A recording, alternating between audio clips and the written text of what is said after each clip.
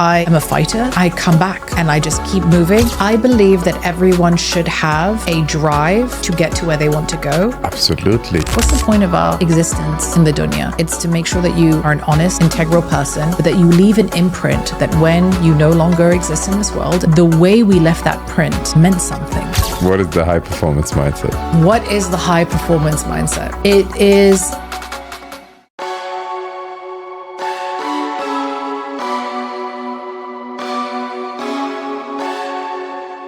All right, Sarah. The Native Informant. Yes. Your podcast. MashaAllah. Thank you very much. Applaud you for it. Thank you so much. You discuss a lot of very, very interesting topics that either get hushed or are not expressed enough when they're extremely pressing issues that need to be addressed or expressed. So tell me about the podcast. How did you come about the name? What's the story behind it? How did it all happen?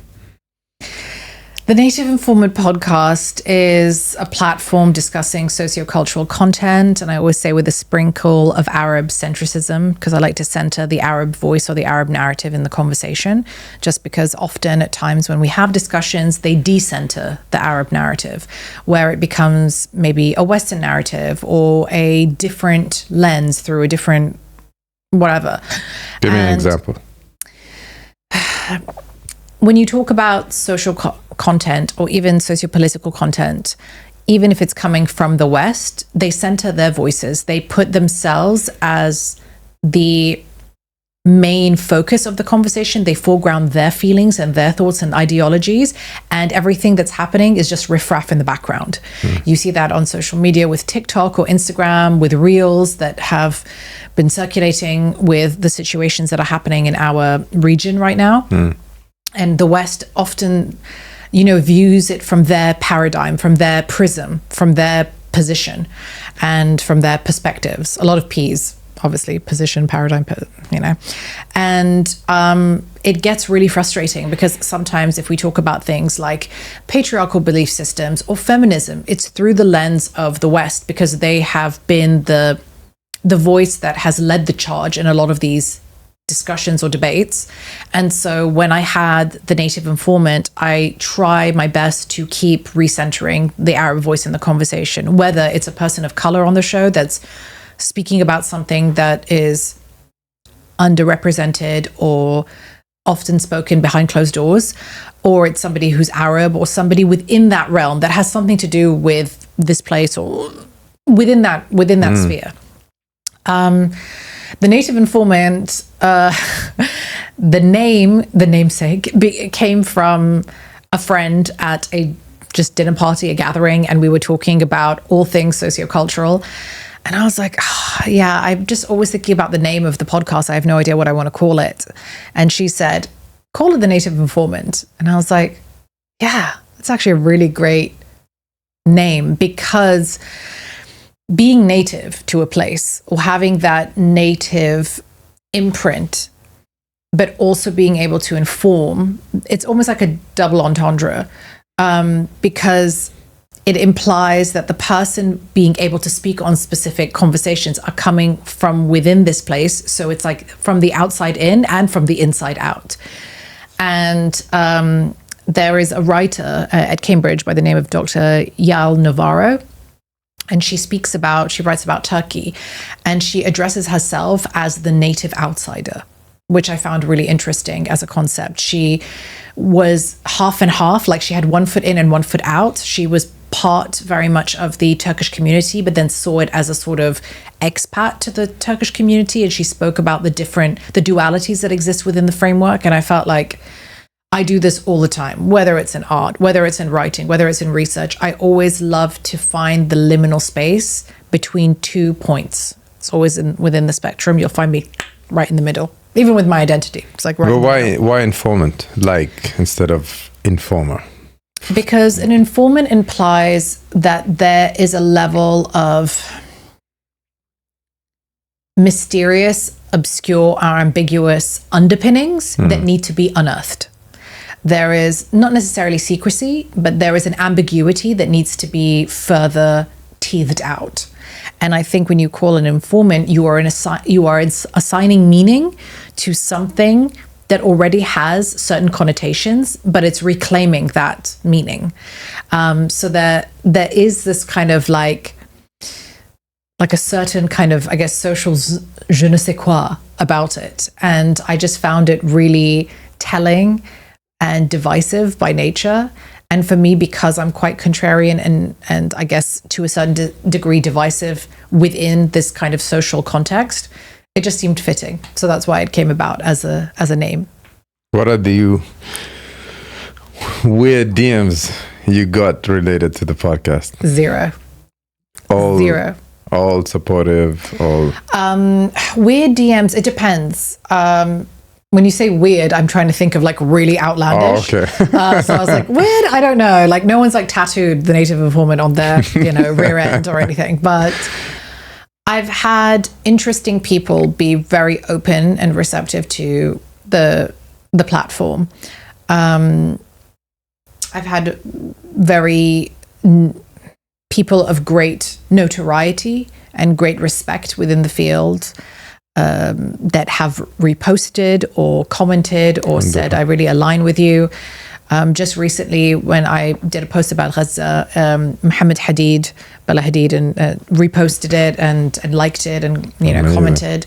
So there are people that are within the sphere that find certain topics of conversation that spearhead it, but I am just the facilitator. I have no, like when people say like, oh, this is a great thing and you've done it, whether it was the Letters Project or the Native Informant or even the Half Emirati research, I am merely just the facilitator and curator. All of the content and all of the things that are generated is by the guest. I just help navigate the questions or the direction it needs to go in. Which I think you deserve the credit for facilitating that. Thank you. I appreciate that. Thank you very much. But yeah, I give credit where credit is due, and it's to the guests. I mean, from doctors to researchers to therapists to, people who are in clinical psychology to social media personalities. It's a spectrum of different people.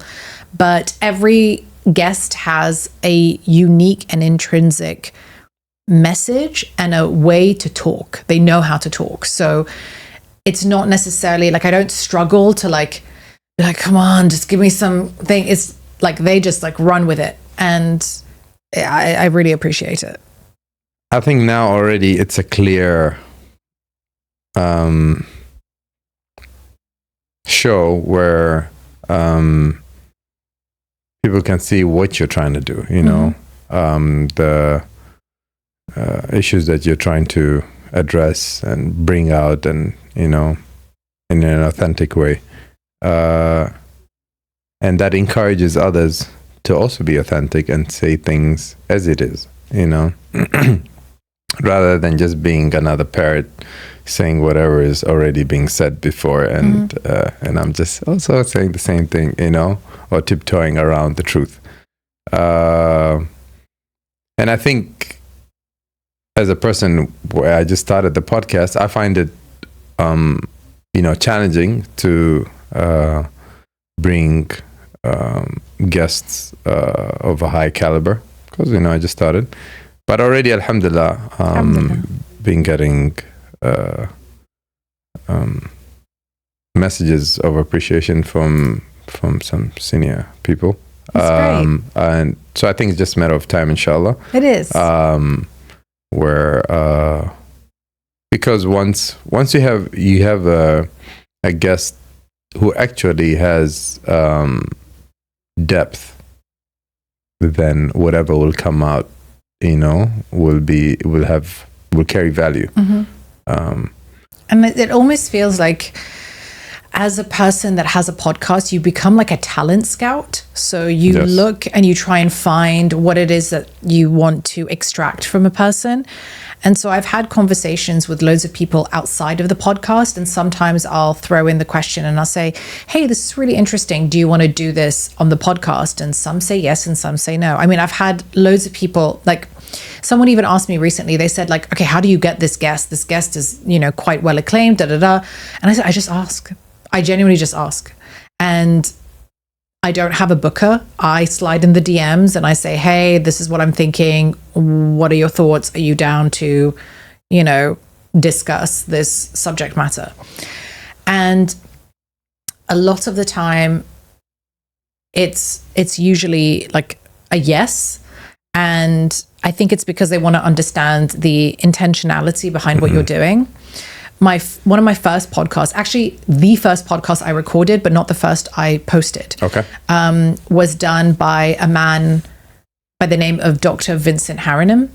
He was a professor at Cambridge, but he was a criminologist by training and also wrote loads of papers about the sexual marketplace and the gender dynamics between men and women when it comes to dating.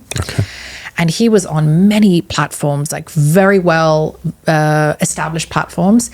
I reached out to him through LinkedIn, which, I mean, people don't. It's usually Instagram, it's whatever. I reached out to him on LinkedIn. I sent him my research and I wanted to have a conversation, the Half Emirati research, and I wanted to have a conversation with him about it. And he was so open, so welcoming, so receptive that I just, when I flew to London, like just for holidays, I went to Cambridge and I recorded my first podcast with him. So he kind of broke that barrier for me because it made me feel like if I was able to speak to him and access him, then I can access anybody, because he is just so well versed and so well read and such a scholar and just a legend in his own right. Like we're quite good friends now, and he's just such a lovely person. And, you know, I feel like me experiencing what I had with him, the camera wasn't working, and there were so many issues that happened, but he was just so open to allowing this conversation to take place because he understood the intentionality of what I was trying to do. And this is before I had anyone. So yeah, which is always a challenge. And there's extra appreciation for those who agreed to get on the show before seeing an example of it. Absolutely. After you see the example and you see a nice edit and all that, you know, oh, okay. Yeah. But when you just come and say, hey, I want to get you on the show and this is what it's about, Absolutely. But so yeah, there's always, from my side, special appreciation for those who agreed to get on the show before seeing it out. Absolutely. And I think, look, at the end of the day, if somebody believes in your ability to carry through conversation and create that lightning in a bottle, they will do it. And I think that this is just the beginning for you. It's actually just the beginning for me. I think you mentioned you had done about 20 episodes. I've done roughly 14. I haven't done that many. So for me, I'm at my infancy as well, but I'm really trying to be very mindful about the types of guests I'm trying to bring on and what are the messages that I'm trying to say. But it's risky because you talk about things that you know that people might not agree with, but you're willing to have that conversation. And I think that's what I'm trying to do, at least with mine. So I'm sure yours is going to go in that general direction, and it is going in that general direction. I do agree. Like there was one of my guests is Abdurrahman. He's a jiu-jitsu champion, and he said that he didn't give himself an option about the silver medal or the bronze medal. It was either the gold or nothing. You know, that's the way he was going about it. And it's like no gray, black or white. And for me, I connect with that, and that's how I operate. But there's some people that are like, oh no, why? That's too extreme. I got some messages. I'm like, well, I really think this show, it's not for everybody. It's not for an average mindset. It's not for somebody who wants gray. It's just for those who, I hope it speaks to somebody who has it in them, that they want to achieve high things and attain it. Then I hope this show speaks to them. Inshallah. But yeah, it's interesting that you should say about this idea of like, it's not the bronze, it's not the silver, it's the gold. I believe that everyone should have a drive and a level of ruthlessness to get to where they want to go, but never at the expense of somebody else. Absolutely. And I think that in my personal experience, when I've worked with people or I've worked alongside where I share in certain projects or things like that in the past, I have always had someone that wanted to climb their way to the top at my expense. They never did it with equal playing field. They were incredibly self-serving and loved to play the victim. And so I've very few times that I have worked with people, I've always, like every time it's happened, I've decided I will no longer do that anymore and I work on my own. So with anyone that knows the way that I work, I am so ruthless. I will do the most. I am such like a chronic workaholic, like such a drive, but it's never at somebody else's expense. I will never never throw anybody under the bus. I'm very consistent in the way that I carry myself. And I think that if there's anything that you can learn from that experience is that you can achieve the goal, but you should never ever do it on the backs of somebody else or put somebody in that position. No, that's just you not playing fair. That's just you being a cheater, right? And for some people, it's okay, right? Or being disingenuous. Exactly. Just not being a good person, period. I think being competitive has been getting a bad rap. And Really? people are confusing being competitive with being a cheater. Right? By winning at any cost. No, not at the cost of putting somebody else down or cheating or going behind his back and playing and causing foul. And nah, that's not you winning fair. And if you did not win fair, then you did not win. Don't fool yourself, right?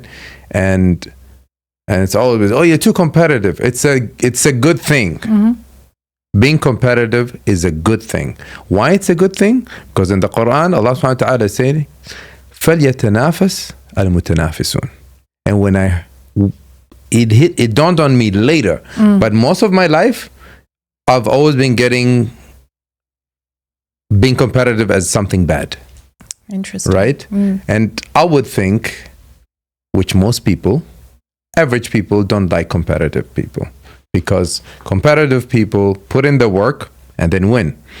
How can I justify me not winning when I also want the reward? Like, no, he's too competitive or she's too competitive or whatever. Or she's a workaholic. Or tell me something great that happened with average effort.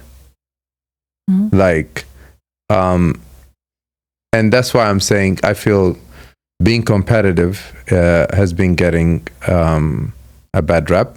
But I do believe even you as a person, while you're being competitive, you have to always be making continuous effort to not step on someone else. Oh, absolutely. Yeah, you have to be that. And usually when you're competitive, you could get carried away.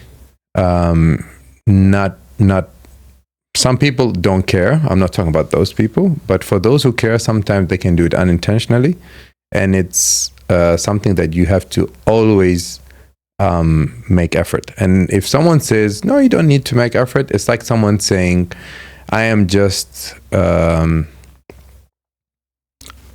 honest by nature, right? No such thing. Why is it a big reward in the religion for mukhlasin, somebody sincere? Being sincere is a constant effort. Absolutely. If you think you're just sincere all the time, boom, the devil got you. And right there and then, your efforts are not sincere, because it's a constant effort. the moment you take off your foot off the gas, you're being, and it's almost, for a human, it's almost impossible to be completely sincere, and we're built that way. But the more effort we make, the more we get rewarded, and only God can see what's happening inside. Only Absolutely. He can judge us and reward us for it. I agree with that. And I think also that I've always believed this, that if you do not believe in anything greater than yourself, you will never be anything greater than yourself.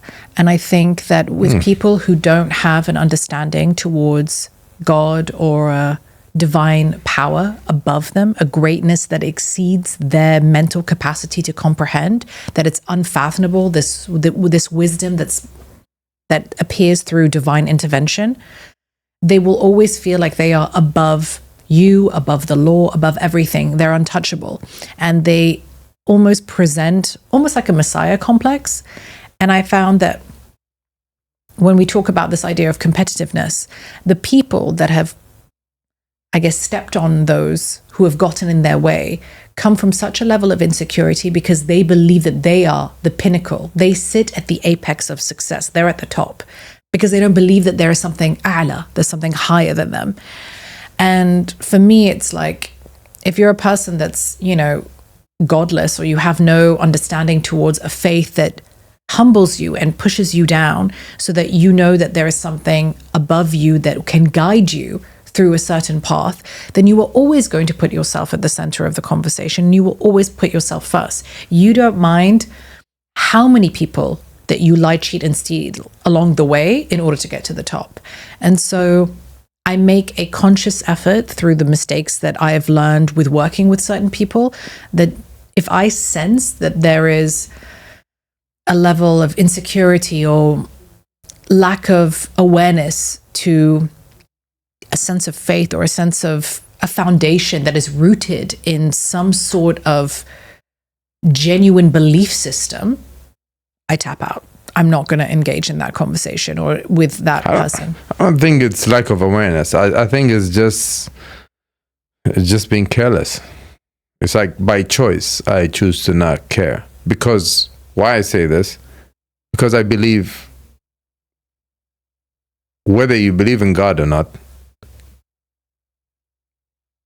we have a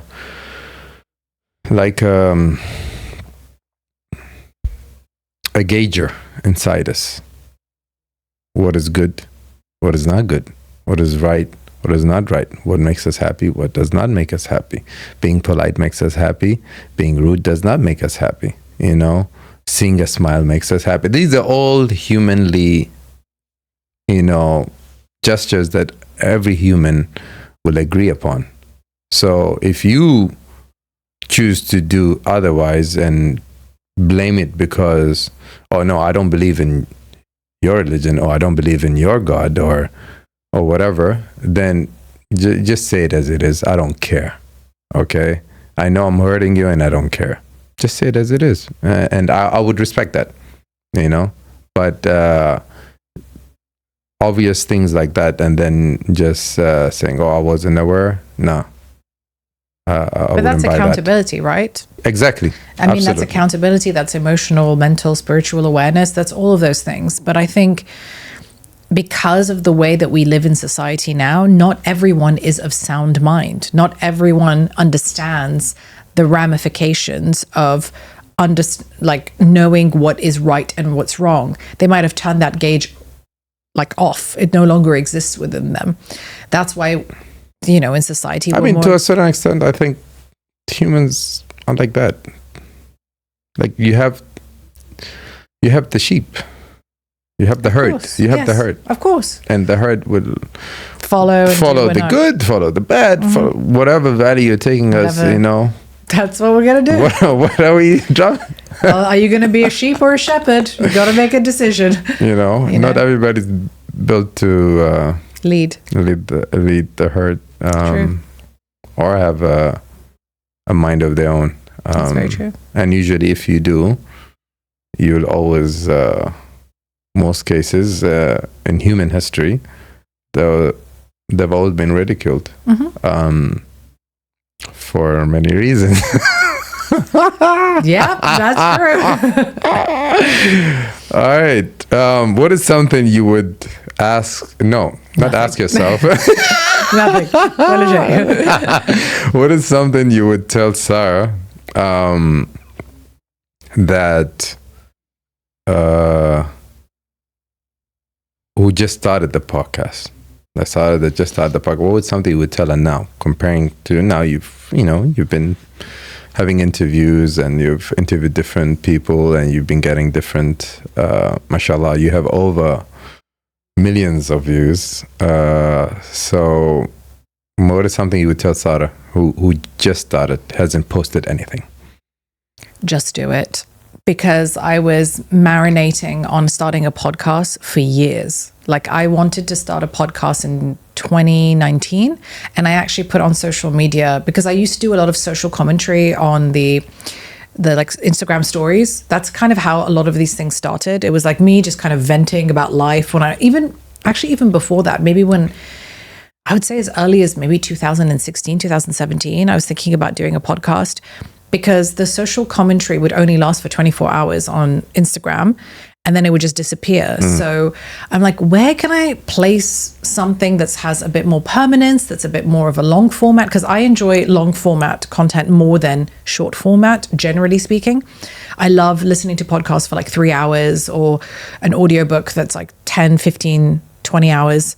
So I was trying to figure out how I could translate the things that I was discussing into a long format content. I had no experience. I had no idea what I was doing. And so if I said just do it, it would have been so much easier if I had started way back when. But there was so much fear of the unknown. And I had already put so many different projects in place. I was doing like the Letters Project, and I was doing my aunt, and I was doing research, and I was stretching myself very thin. And for those who know me, they know, like I had mentioned earlier in this podcast, I am such a workaholic.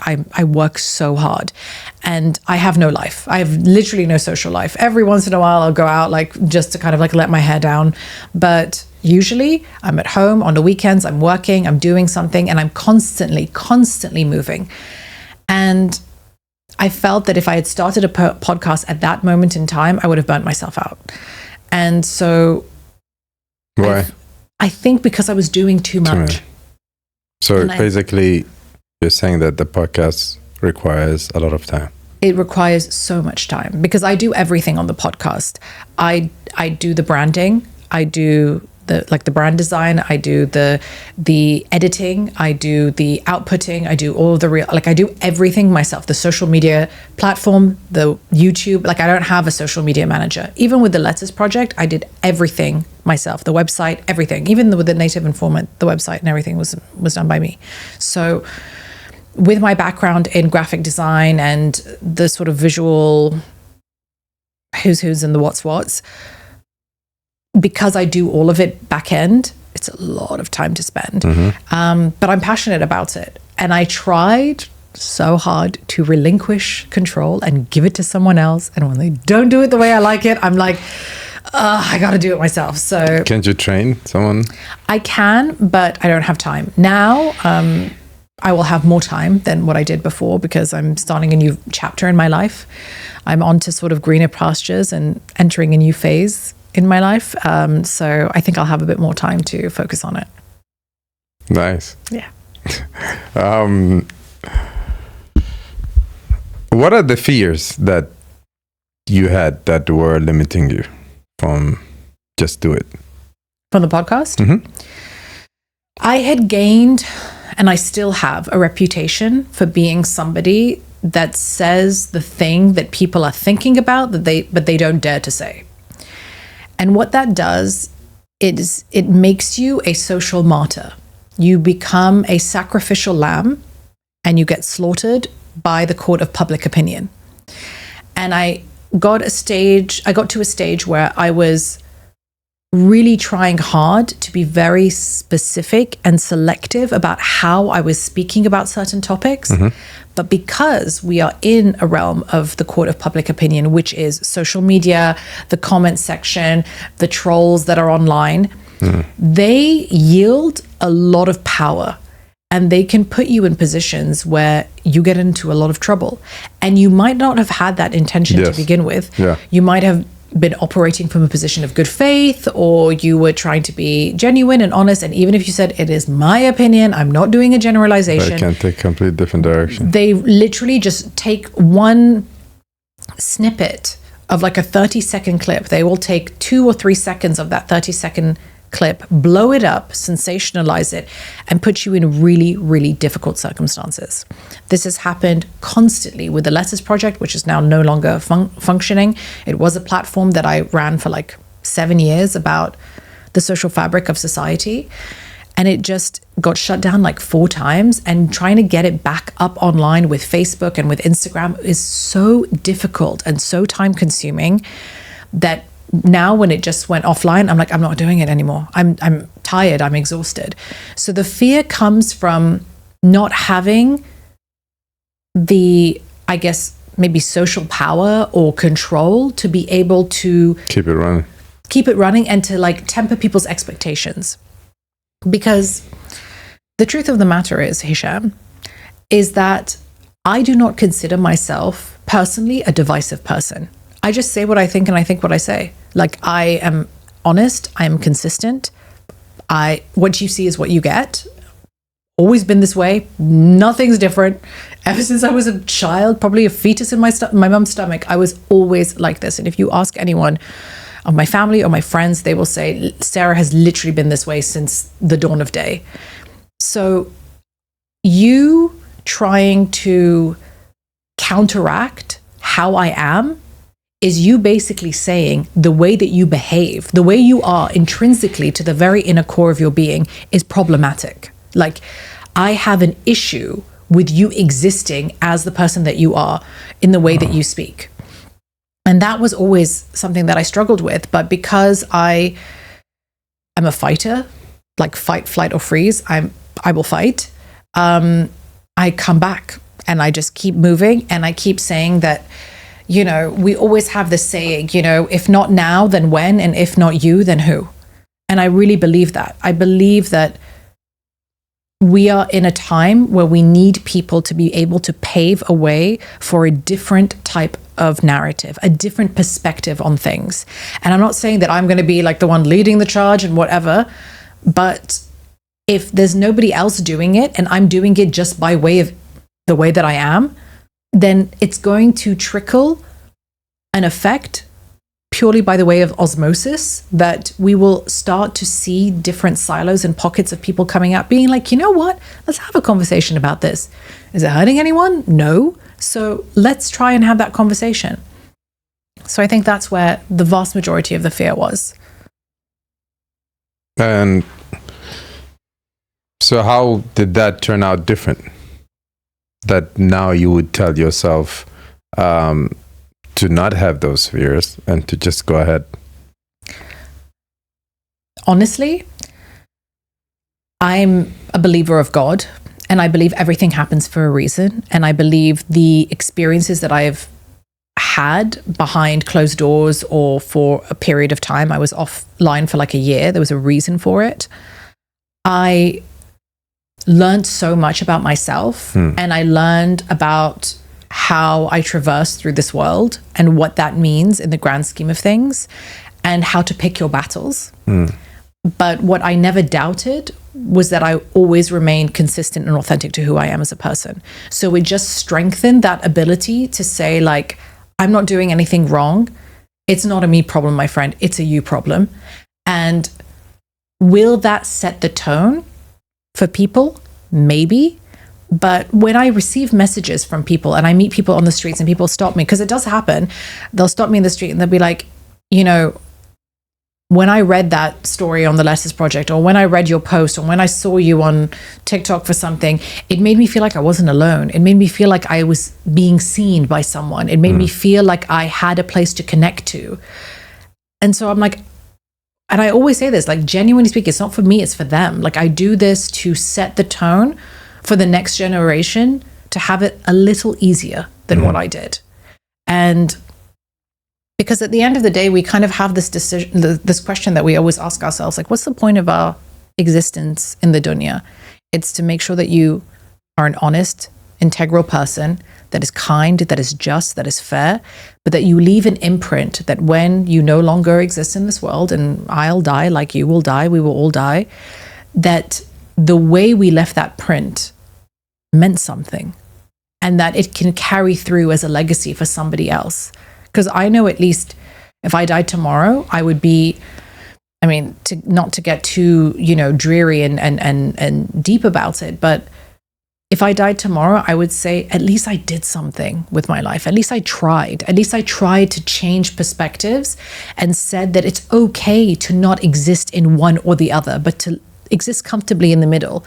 That I am neither this or that. I am happily sandwiched at the intersection of those things. If there's a Venn diagram, you'll see a nice little picture of me right in the center. And that people will enjoy it, that we can have these conversations, So that's my mindset about it. Yeah, I mean, I think that's the right mindset, because I think the hadith says أحب العباد إلى الله أنفعهم للناس, or بمعنى. So the best of the worshippers, or the most loved by God, the ones who benefit others. And everybody, I believe it's everybody's responsibility and duty to figure their way of benefiting others. Mm-hmm. It's not about you. It is about others, and the more you benefit others, the better it is. And that's what I want all of us to be driven by and hungry for. And I know we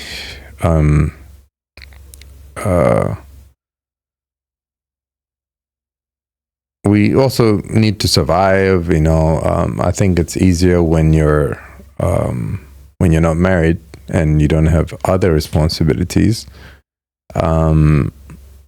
But I don't think that fully takes you off the hook. I think, and that's what happens. That's the unfortunate thing, is that a lot of people just become very centered around their house. How can I provide just for my wife and kids, and maybe my parents, and that's about it. They don't do anything else outside of that, and I'm not saying that's bad. That's a very good thing, to be driven by taking care of your family. That's beautiful, but we need to do more. And it's not for everybody, but whoever does it will get rewarded more in the afterlife, inshallah. Inshallah. Let's get to some juicy topics. Sure. If it hasn't been juicy enough, if it hasn't, juicier and we're juicier. about to, throw some red powder on it. Let's go. I don't do well with spice, but let's do it. Well, it's about to get spicy. All right, let's go. Western feminism. What about it? So sick of this topic. Go ahead, ask me. What about Western feminism? What do you think of that? You've lived. Ridiculous. You've lived. End of discussion. We're done. Khalas. You've lived. You grew up in Belgium. Yeah, you lived in England. So you've been in the West. What do you think of it? Oh man, it almost feels like a never-ending topic, because anytime I do a podcast or anytime I'm in an interview setting, people will always ask me about, like, what are your thoughts on feminism, and what do you think about Western feminism? And I mean, it's being pushed a lot, and I see a lot of women obsessed by it, right, in this region. Yes, which I feel we don't really face those discriminations. Women are being paid equally. Opportunities are equal. What's the issue? Beats me. Honestly, sometimes I sit with these women, I'm like, what is going on? Look, when it comes to Western feminism, we have this belief system, whether it's in the Arab world or within our region, that we turn to the West, not so much now. I think it was this case a couple of years ago, but we used to turn to the West as a form of validation that we needed to understand, adopt, and then inherently be as, in order to garner respect and to level with the West. So the global South was constantly in this this arena of it was almost like a cultural tug of war. It's like you push, I pull. And the West mapped out the way that we understand feminism, the family unit, equality amongst the genders, intersexual dynamics, when it comes to dating, when it comes to all of these different things. And yes, a lot of the things that they said had merit for their time and their context and the people that are associating and affiliating with these types of scenarios. I agree. But for us, whenever I have conversations regarding feminism or even the patriarchy, people always refer to the Western standard as the benchmark from which we will depart from, which is not true. When we think of the patriarchal belief system, for us, it's linked with culture, it's linked with religion, it's linked with the way that we understand and digest ancestral lineage and the family unit and insular cultures versus individualism versus collectivism. And I talk about this a lot in so many different other podcasts. But it really is that. So when we sit there and we unpack the idea of Western feminism, why would we examine ourselves through a criteria or a checklist that doesn't belong to us? It makes zero sense to me. And I also believe that women are hardwired to seek places and scenarios and people that will increase their longevity. So it is always about survival, whether it's to find a viable partner who is physically fit, who is financially stable, who is tall and broad, and all of these different things, because we are seeking survival. We want our offspring to carry on our lineage. That is literally how we're hardwired. Mm-hmm. So when you are asking as a Western feminist to abandon and evade all of these little markers that make us who we are as people from indigenous cultures and non-Western cultures, you are asking us to abandon who we are as people and to reshift and repivot our understanding towards what we think we should be caring about and what we think is important. So yes, a job is great. Everyone loves a job. Everyone likes to grind and hustle and pay the bills. But as an Arab woman that has spent her entire life doing this within whether it's a patriarchal structure, within an Arab structure, it's exhausting because it allows for men within our field of sight to be like, you know what, if she's going to go out and she's going to work and she's going to hustle and she's going to pay the bills and she's going to lead with her masculine energy, I don't need to do it. I'm going to tap out. And they do. And that's the problem. That's the issue. So what Western feminism for us is not linked with religion. It is not linked with social and cultural ideologies. So why are we turning to that as the benchmark? Like, you got to be a boss bitch and live your best life and work so hard. What if I don't want to?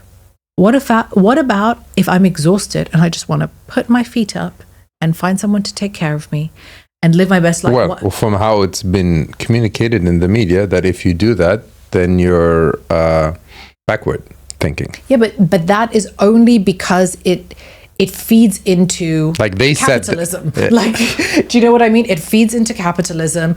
There's the same way that they trick us to believe that if we have issues with mental health, we have to turn we have to be diagnosed in order to get a label and to assign ourselves something, and then Big Pharma takes a massive check out of that. So there is always the other side of the coin to whatever you're discussing. So Western feminism has so many, third wave feminism, we have different waves of the feminism. So when we think about it, what was Western feminism really taking from? It was a ripple effect of the Industrial Revolution, of World War II, when women were going there and doing the men's jobs and working a 9-to-5 job. Okay, amazing.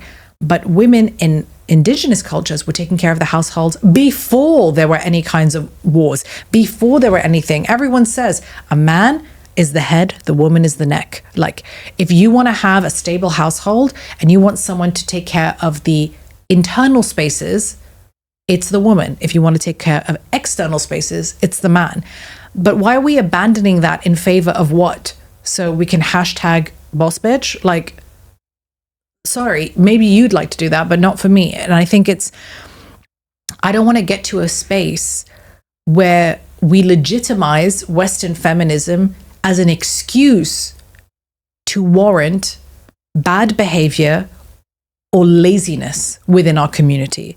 Because you're saying to me that for example, my mother, who's a great cook, who took care of kids, who has a PhD, who did everything, triple threat, is what, backwards because she loves to take care of her family and she's a home bearer and she is someone who enjoys providing for her family in an emotional way. So she's a problem. Your grandmother's a problem. Your great grandmother's a problem. Is that what you're trying to say?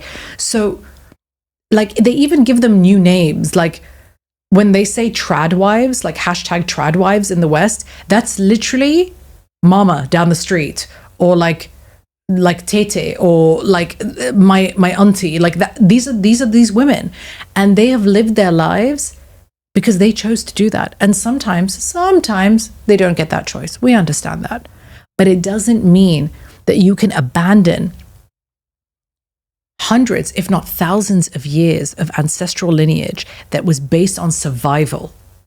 The blood that runs through your veins, the skin that you have on your body, that is literally a byproduct of survival, is attributed to what? Equal pay? Like not being at home and wanting to have a full-time job and living your best life? No.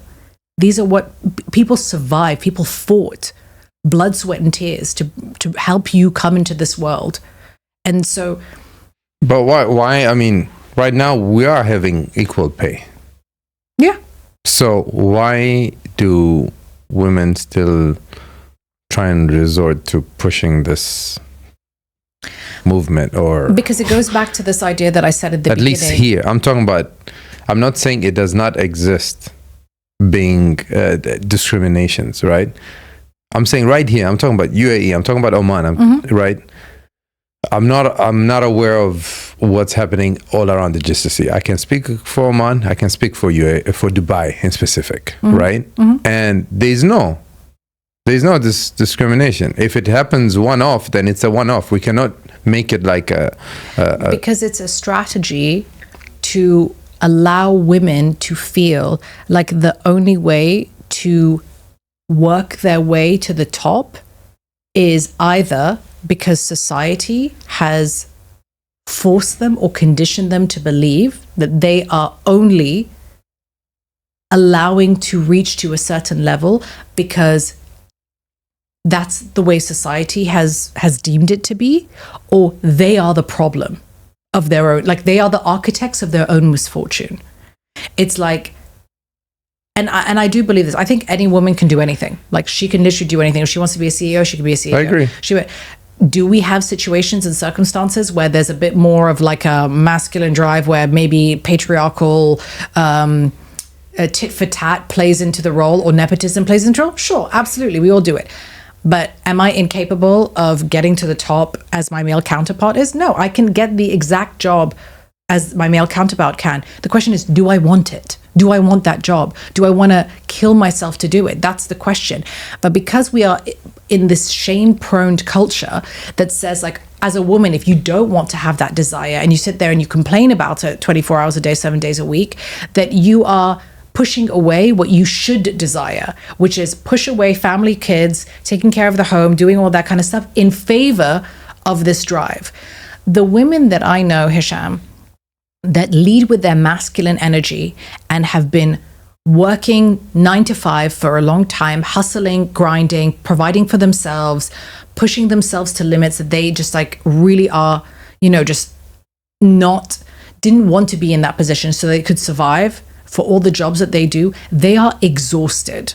They don't want to do it anymore. Yes, they might put on a brave face and say like, this is great and female empowerment and I love what I'm doing, most of them are like, I am exhausted, including myself as a person. I'm tired. I want to be able to find someone that can take care of me. I want someone that can provide me with the security that I need. And if I choose to work, I choose to work. If I don't, I don't. Yeah. And this was not my mentality a few years ago. To have an option. Exactly. This was not my mentality a few years ago. My mentality a few years ago was like, no, I can do it. I'm an independent person. I'm this and this and that. Now, I'm just tired. Like, I'm exhausted.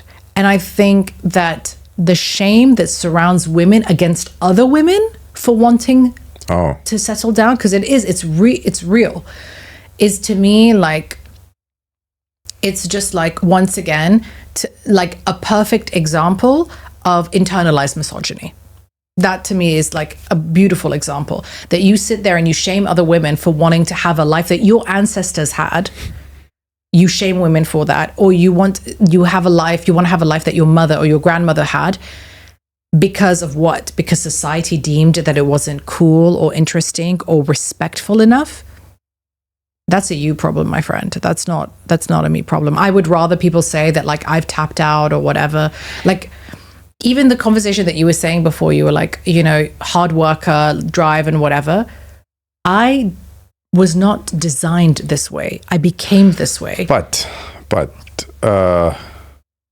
being at home, I don't see it less of being a hard worker. Because if you're going if of course there's levels to a mother's performance. Mm-hmm. Not all mothers are great. Mm-hmm. That's the fact, right? They're great mothers, and they're mothers who don't do much, right? Other than give birth. That's it. Their performance is very low in the household, right? This exists, and this is the reality. I know, regardless, as a child, you should always respect your mother, and your mother comes above everyone else. But I'm saying, as a rollover mother, not all of them are doing great. Okay. It's the same with fathers as well. Same with fathers. Absolutely. 1,000,000,000%. But now it comes to mothers, there's those who are killing it. They're like, their performance is immaculate. Like,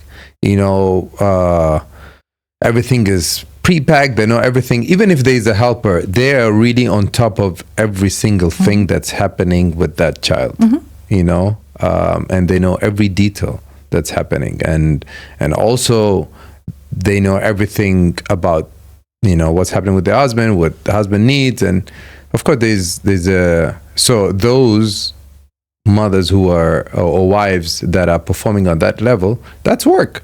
That's work. And whether it gets appreciated or not, that's a whole different, it all depends on who they're involved with. But it is hard work. Absolutely. So whether you decide to, it depends, whether you decide to sit at home because I just want to lay back completely, or I want to take upon a different responsibility of taking care of the household. I think it's both part and parcel of the same thing. I think it's both. I think it once again goes back to this idea of how you value your role in other people's lives.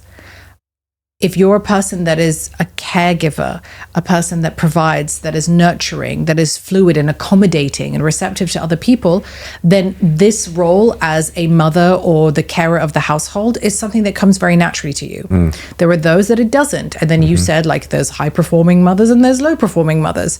Same thing with fathers, high-performing fathers and low-performing fathers. I just think that we have been conditioned as a society to turn to the West as the beacon of all possibility and the correct way of viewing life. So we see them as success stories, which is why people are turning to that idea. Like, I don't need a man to do this and this and that. I can do it my own damn self, whatever. Maybe that's the way that you view because of the media that has been manipulating and socially programming you. say this so much on my podcast, that social media, anything that is being regurgitated becomes a social contagion. People, it's like a disease. You become so fixated on a topic that you're blinded by any other opinions or perspectives. And I think when people were, a couple of years ago, when they were like, women can rule the world and women empowerment and whatever movements that were moving through, it turned people ugly at times. Some people received it very well and they were so accommodating to it, and others took it to a whole new level where they became a little bit psychotic. And you're like, you need to just like ground yourself back in reality. For me, I don't turn to the West for validation. Genuinely, I never did. And maybe it's because I grew up there. Yes. I was like, I don't care because much. I mean, like, coming out of Khaliji to Khaliji, we do have a lot of Khalijis, whether male or female, obsessed. I mean, from one side, I like the idea of wanting to be, ahead of the curve and being modern and all that. But then, as you said, we end up trying to take everything, the good with the bad, from the West and try and apply it. And if we don't do that, then we're backwards, So being modern is being Western. Like, I will not try and widen my spectrum and try and learn from Japanese culture instead of looking only from the West, or learn from, I don't know, some Indonesian practice that how they don't, because there won't be a nation or a culture that's complete. Every culture will have their flaws and every culture will have their pros. So does everybody look at it that way? No. So as a person growing up from here, you become, what are your options? What are you exposed to? If your parents at least lived abroad, then they'll bring some things that they've learned abroad and inject it, to your mindset. While you're growing up and all of that. If you didn't get that, then what is your, what would you resort to as exposure? Media. And as you said, so now that media becomes a norm because it's constantly being, and you're like, okay, so this is the number one country in the world, then this is how you should be. And then you throw away all of your good practices or values and you replace them with with maybe societies that had, for their own reasons, had to maybe fight religion because religion was abused for power, maybe. Yeah. And I believe those nations will come back to seeking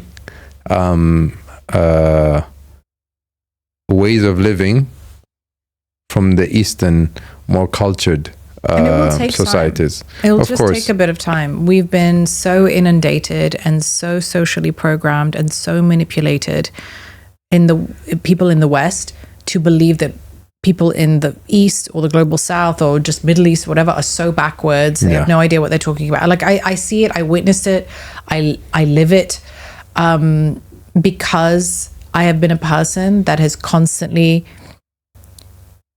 had the privilege of being like Western passing. People assume I'm either English or they think that I'm Western. Like they don't think I'm ever Arab. So when I'm surrounded by people who are Western, I hear exactly how they think. And I am in conversations and then they find out last minute that I'm like, actually, I'm like, Arabiya, it just becomes this funny conversation that we have because I hear what they're really thinking. And I'm in, like, I've said it on so many situations. I've been at weddings, funerals, like different places where people will talk about their relationships in the Middle East. And it's hilarious because just like, do you know who you're talking to? Just FYI, but yeah, it's funny. Come on, you got one question left. Let's hear it. What are we going to talk about? I want to talk about your life, but this is going through so fast. Too much. I told you this. By the way, for those people who are listening, I told Hisham this before we went on the podcast. I'm like, there's so many different trajectories we can go on because there are so many avenues that we can discuss. And he's like, just give me some points. I'm like, what points? There's just too many points. So take it away. Ask your final question and we will be able to depart from there. So, and from your perspective, no. From your perspective, what is the high performance mindset? Oh man, what is the high performance mindset? It is the ability to remove yourself from any restrictions, limitations, perspectives that exist outside of yourself that might not necessarily align with yours, but having the ability to digest it, internalize it, and supersede it in a way where it's respectful, kind, and courteous and gracious. So being open and receptive to things that exist outside of yourself and knowing that even though they don't align with you, you are still able to take snippets and fragments of it and make it your own without the needingness to dishonor it or invalidate it or divorce yourself from it completely. People who are narrow-minded, who are, let's say, rigid. Cancel culture. Yeah, rigid in their thinking will never be able to have a high performance mindset. Because they are disinterested in the idea of allowing their mindset to be expansive by nature. So having a high performance is being able to elevate yourself in that regard. That's what I think it means, at least in my interpretation. I could be wrong. Fantastic. I like it. Thank you so much for today. Thank you so much for having me. Addressed a lot of good topics that don't usually get discussed enough. And and thank you for being authentic and genuine as you are. Thank you very much. I appreciate it. Thank you for having me. Welcome.